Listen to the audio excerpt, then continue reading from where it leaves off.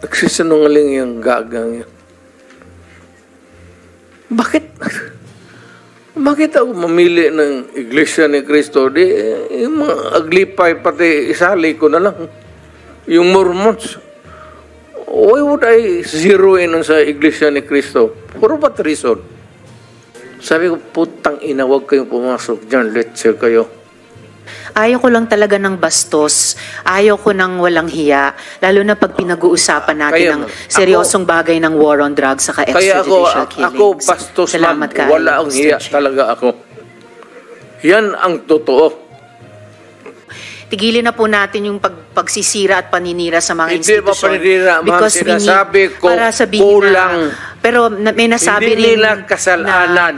Ang ideya talaga kulang ng tao, kulang ng organization. Pero I heard the term, Mr. Chair, you have to have, Mr. President, tao, pati pondo ng pera. There are ways na i-strengthen ang PIDEA na hindi natin sinasabing hindi mo dala sa istorya yan dito. Actually, okay. No. Excuse me, Mr. Chair.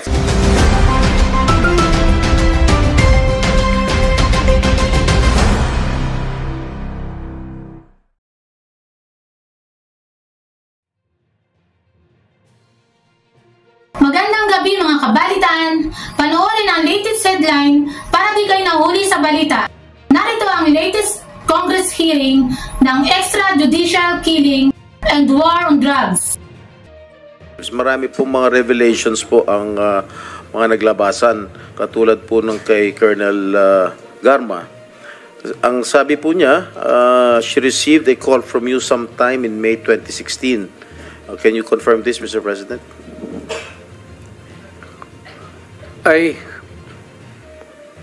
hindi ako tumatawag ng pulis. Bahay? Yung sabi niya doon sa bahay? Hindi ko pinapupunta ng... Before you assumed the presidency, you were still president-elect at the time. Sabi niya May 2016. So I presume you were still president-elect, Mr. President. I do not remember calling her. And for what? Yung presidente ako, nandyan na yung lahat nasa akin na ang sabi po kasi niya dun sa kanyang revelation dun sa Quad Committee, nagpapahanap din po kayo ng isang police officer na miyembro ng INC. Tama po ba ito? Yun po ang sinabi ni Colonel Garma dun sa Quadcom, sa House of Representatives, yun ang Pangulo. I hate to say this, but nagsisinungaling yung gagang yan. Bakit?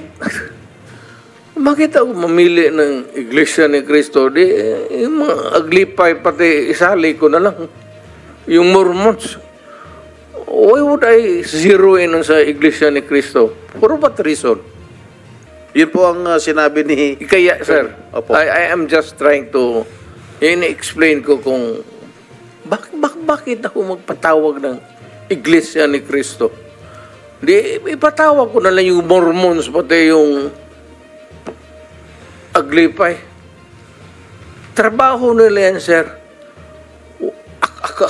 Ako, Mayor Presidente, wala akong pakialam kung anong relihiyon ninyo. Trabaho kayo dyan. Alam nila yan. Alam nila yan kung paano ko sila murahin. Do not give me that shit to gutang. Mr. President, pero gaano niyo po kakilala tong si Colonel Garma? At kailan niyo po siya nakilala? Saan ba ito nagka-problema itong babae na ito? Hiwalay ito sa asawa eh. Si Niligawan niyo po? Oh, si Bilila. Niligawan niyo po? Sino? Si Garma?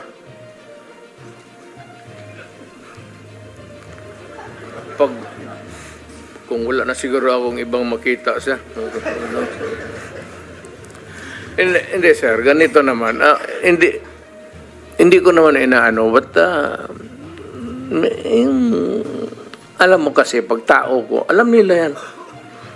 Parang close mo talaga. Kasi ganun ako trato dito sa pulis eh. Ito sila, sir, mabutit nandito kasi puro dumaan ito sila sa akin. Ganon talaga ako Pero bakit ho siya nagsasalita ng nagbibigay po ng revelation do sa Quadcom na sinasabi nyo hindi po totoo na tinawagan nyo po siya noong May of 2016 at nagpapahanap po kayo ng isang police officer na miyembro ng INC? Hanggang ngayon, sir, it's a mystery to me. Bakit ko siya tatawagan at bakit ko sabihin sa kanya maghanap ng Iglesia ni Cristo na marami namang pulis sa Davao na membro ng Iglesia ni Cristo? Why would I specify a person belonging to a religious sect when, as a matter of fact, there are a lot of policemen who are members of the Iglesia ni Cristo in Davao City?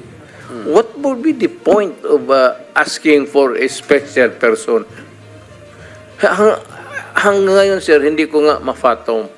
So sabi ko, well, I don't know, but it's a lie.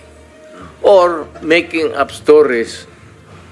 I don't know what she's driving at o ano ang gusto niyang Motibo? ipalabas sa at the end of the story.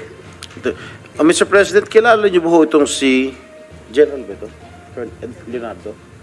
Colonel Leonardo? Yes, sir. Sino po ang nagrekomenda sa inyo na i-appoint po si General Leonardo? Kasi base hurun sa testimonya ni Colonel Garma, siya yung nagrekomenda kay Leonardo sa inyo para i-appoint. Totoo po ba? Wala, sir, kasi alam mo, I cannot create a unit sa police because we do not have that kind of authority now. Hindi ako pwedeng magtawag ng police dito o sige, kayo ang unit and you are you do this job.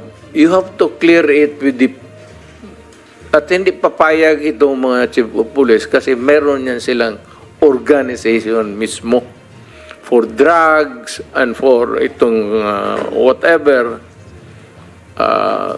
mga specialized narcotics, tapos itong mga smuggling. Hindi. Kasi po ang testimonya po ni Colonel Garma sa Quadcom sa House of Representatives, tinuturo po niya itong si Leonardo na nagbibigay po ng reward money sa mga police officials na nakakahuli o nakakapatay po ng mga drug pushers. Gusto ko lang, at least you can air your side, Mr. President, kung talagang totoong may reward money o wala. Sir, sagutin kita ng ganito. Bakit ako magbayad sa kanila? Trabaho mo nila yan. Kung may pera, bulsa ko na lang. If there is a fund for that, why would I give it to them? Trabaho nila yan eh. The best that I could minsan is pupunta ako. Iyaya ko yan sila na magkain. Or kung may mga problema sila na personal, alam mo sir, ganito yan eh. Yung policer, maliit lang talaga yung sweldo. Maliit talaga, hanggang ngayon maliit talaga ang sweldo. Pag hindi pumasok ang local chief executive o city mayor at may problemang personal yung police, cancer ang asawa, sweldo. Walang ibang puntahan yan, ikaw. Pag hindi mo tinulungan ang policer, patay. Yung sweldo nila cannot cope up with the demands of mga problema. Minsan, yung tanungin ko, ilan ang anak ko? Nagsabi, alam nila yung istasyon. sa stasyon nila, yung station commander yan sila. Tapos magtanong ako sa isang polis, ilan ang anak mo? Sabihin, 6. Sir, ito prangkahan. Nagagalit talaga ako. Putang. Sildo mo ng ganon, tapos sige ka, putulin ko yung, barilin ko yung, ganon. Nandito man sila, sir. And you can ask them. Stricto ako sa kanila, pero kaibigan ko sila. Ano ako sa police, sir? Because pagka may problema sila, nandyan ako sa kanila. Pro-police talaga ako at matagal akong nagturo sa Police Academy kasi noong practicing lawyer ako, wala masyado akong kita kasi bata pa ako. At maaga akong nag-asawa, magkaroon ako ng anak, kulang panggatas, kaya ako nagturo sa academy, kaya yan sila dumaan lahat sa akin. Lahat yan sila nakatikim ng lecture sa akin, sir. Wala akong sinabi sa kanila na pumatay ka ng tao, barilin mo, nakatalikod,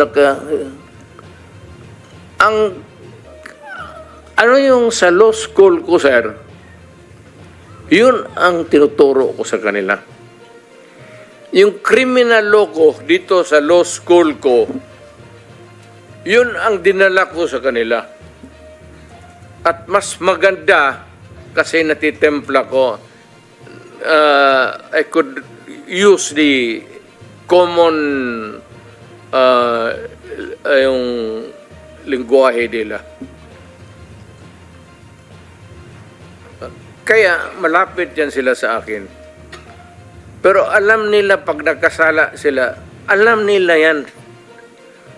Pagka sinabi ko nga sa kanila, ito, pardon, allow me to use the word. Sinabi ko talaga sa kanila, putang ina kayo mga polis kayo. Huwag kayong pumasok dyan sa droga.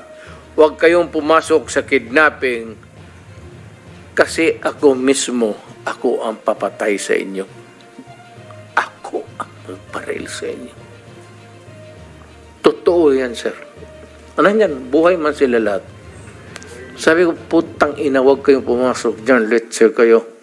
Sige. Miyembro po ako ng committee ito, ng subcommittee at ng Senado. So, I am just making an interjection. Finally mga ka-beauty, sa tapos din ang taping ko ng Billboard headlines kahit sobrang feeling ko haggard na ako, okay pa rin. Dahil nga dito sa BFF ko, Sweet Night Fragrance, spray ko lang ng twice. Kahit sobrang haggard na ako, feeling ko fresh pa rin ako. Kasi nga, long lasting ang amoy niya. Kaya ano pang hinintay nyo mga ka-beauties? Try nyo na rin. Click the order link below. And don't forget to watch Billboard headlines later. Mr. Chair. Yes, ma'am. Mr. Chair, I believe we've given the proper leeway and respect to the former president. Hindi po ito midnight COVID briefing. And I hope we can stay on track. Hindi po natin pinag-uusapan kung mali ang droga. Pinag-uusapan po natin kung yung polisiya, naging polisiya nyo. Mr. Chair, if I may. Salamat Sige, tayo, Mr. Chair.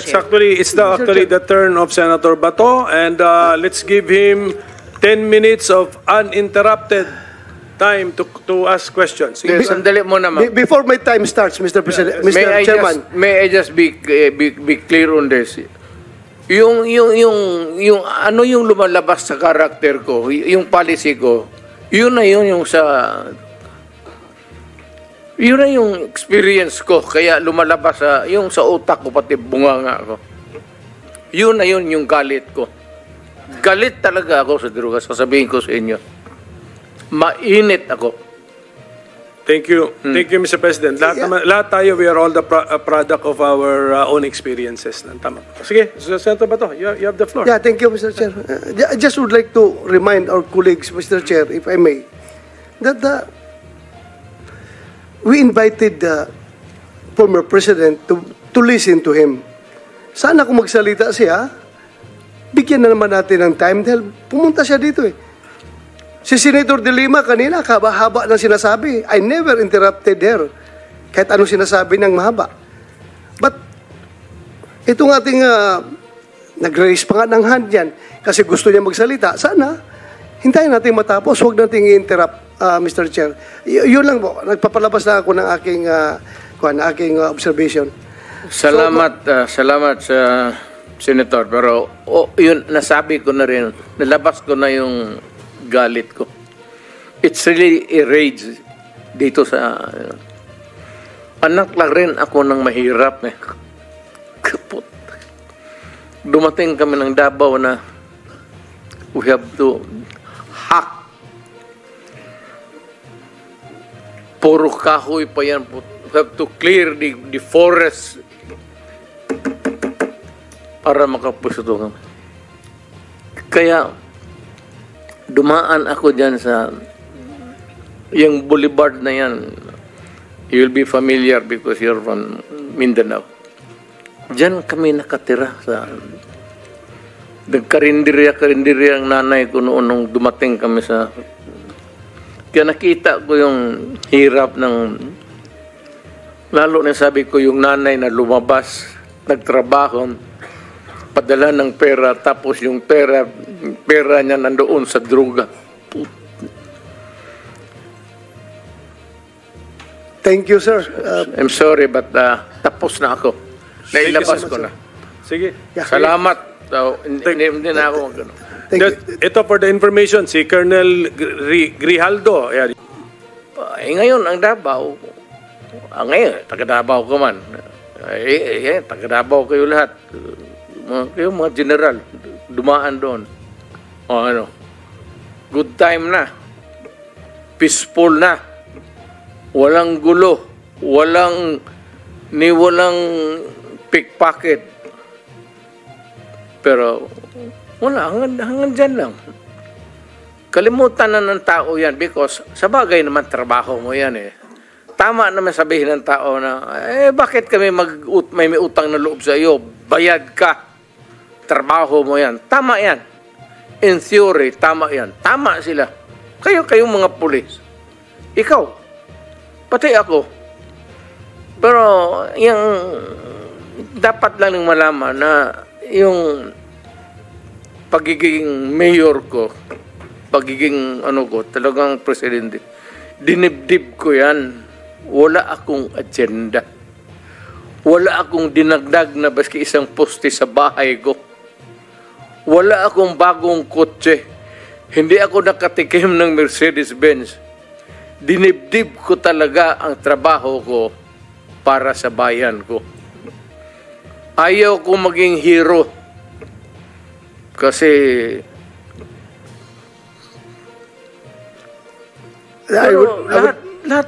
kayong lahat ng mga chief of police dumaan sa Davao. And I would like to take this opportunity with the permission of the chairman that I would like to thank you, Mr. President, for your war on drugs. If there was no war on drugs, there is no Senator Bato. Maraming salamat po doon sa opportunity na binigyan mo sa akin na maging chief PNP at ako'y naging senador ngayon dahil doon sa war on drugs. Maraming salamat. At ako kung nakikinig yung PNP pati yung patuloy ninyo yan at magtrabaho kayo ng husto kasi ang droga talagang talamak. Kawawa ang Pilipino anong tawag dyan sa Tagalog, patapol-tapol, patamad-tamaran kayo dyan. Trabaho kayo ng gusto, alam ninyo na ang droga talamak. Kaya kayong mga presinto, yung area of jurisdiction mo, pag mandyan pa yung droga, umalis ka. Kung chief of police ka ng syudad, pag may droga at hindi mo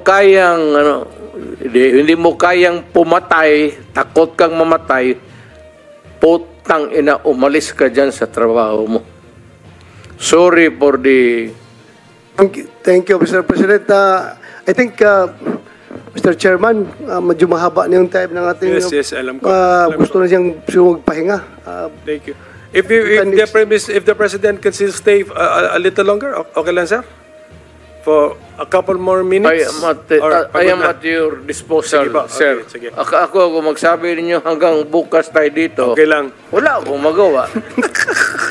Actually, dapat, Senator Bato, nag-apologize tayo kay President for starting our hearing in the morning. Doon siya nahihirapan actually siguro. In the same manner that I would like to express my apologies, especially to Senator Ontiveros, kasi sensitive sa mga ganitong, yung karakter ko ho, gano'n talaga. Baski saan mo ako ilagay, gano'n ka, even in front of anybody. Ganon talaga ako. Bastos ako. Walang hiya ako kasi galing ako sa baba. Salamat Class kayo, three Mr. ako. Chair. Hindi ako sensitive. Ayaw ko lang talaga ng bastos. Ayaw ko ng walang hiya. Lalo na pag pinag-uusapan natin ng seryosong bagay ng war on drugs sa extrajudicial killings. Ako bastos, ma'am. Salamat kayo, Wala ang Mr. hiya Chair. talaga ako. Yan ang totoo. Siguro, hindi ako dadating itong pagka-presidente kung hindi ako bastos at hindi ako walang hiya. Thank you, Mr. President. I am now, hindi sa lahat, ma'am. Baka sabihin mo, magwalang hiya ako sa inyo. Hindi yan. May kunting edukasyon rin ako. Decency. Yung demeanor ko, yung pinapakita ko sa inyo, yung galit ko, yung rage ko, sa kriminal yan. Naging prosecutor ako, matagal masyado. Ako muna. Professor ako ng Professor ng Police Academy. Thank you, Mr. President. Sir, Mr. President, sige. Senator, may I be allowed additional moments? Alam mo itong war of itong PDEA, hindi man sabihin inutil. Pero kung yung PDEA, ang asahan mo to fight drugs, patay ang Pilipinas. Take it from me, galing ako sa taas presidency. Galing ako mayor, congressman. Hindi kaya ng PDEA. Hindi nga niya alam sino yung mga, diyan sa palibot dito sa Batasan, sino yung mga drugista dyan sa ilan. Police talaga yan. Police. Ang sekreto niyan is mayor, pati police at barangay captains. Yun lang yun. Yun ang kailangan mo. Huwag na yan generals. Police, kapitan, police, barangay. Yan. Well, generals, malayo masyado yan. Anak ng puta. Sorry. Wala yan. You cannot solve the problem. Nandito na lang rin tayo pag-usapan natin what's the best approach to. The best approach really is dito sa baba. Barangay captain, tapos yung mga mayors, dapat nilang pukpukin talaga. Pag ang isang mayor, pag sinabi niya na walang droga dito sa siyudad ko, hindi naman ako nagyayabang. Pupunta naman kayo ng Davao kung gusto ninyo. Meron kayo. Pero pag sinabi ko, dito sa Davao, walang droga, wala talagang droga. Ilang police chief dyan. Ayan, si Gamboa, Danao, pati ito, dumaan si Koy. Pag sinabi ko sa kanila, walang droga, kayo ang sabi ko, ipapakaw ko talaga sila sa cross. Nagpagawa ako ng cross dyan nilagay ko sa barak sa likod. Ipapako ko yung police director dyan na pagka may trabaho ninyo yan eh. Yes, sir. Thank you, Mr. Chair. Yes, Senator Bato, you have the floor again. Sige. One interjection Pwede bang lang, if I may, papahingahin Mr. mo Chair. natin si President Duterte and I will proceed to Senator Bato. Colonel Hector Grijaldo. With your permission, pero kung ayaw mo, okay lang. Ano yun, yung- Senator Risa wants to interject. Okay lang, with your permission. Pwedeng hindi. Para kanino, For the for record the record. only. Okay. With the permission of Senator Bato, go ahead. Dagan salamat, Mr. Chair ug Senator De La Rosa. For the record lang, in fairness sa PIDEA, Philippine Drug Enforcement Agency is the lead anti-drug law enforcement agency responsible for preventing, investigating, and combating any dangerous drugs, controlled precursors, and essential chemicals within the Philippines. So, tigilin na po natin yung pagsisira at paninira sa mga Hindi ba institusyon. paninira, ma'am? Because we need- Sinasabi ko, para sabihin kulang. pero may nasabi Hindi rin nila kasalanan. may Ang nasabi PIDEA rin talaga hindi kulang inutil. ng tao, Pero- kulang ng organization. Pero I Yes, heard yes. the term, Mr. Chair, You have halos to have, inutil. Mr. President, tao, pati pondo ng pera. There are ways na i-strengthen ang PIDEA na hindi natin Hindi sinasabing mo dala sa halos istorya yan dito. inutil. Actually, okay. No. Excuse me, Mr. Chair. Sige. Miyembro po ako ng committee ito, ng subcommittee at ng Senado. So, I am just making an interjection Yes, in fairness sa PIDEA na isa sa mga importanteng institusyon ng law enforcement natin, particularly in suppressing the supply of drugs. For the record lang, Mr. Chair. Dagan salamat, Mr. Chair o Senator De Sige, La what's the Rosa. opinion of the Ako President? naging- Yes, Mayor, congressman, naging presidente, ang sinasabi ko dito, wala akong tinatamaan. I'm just expressing, I said, my experience. Na kung ano talaga ang kulay ng droga dito sa Pilipinas.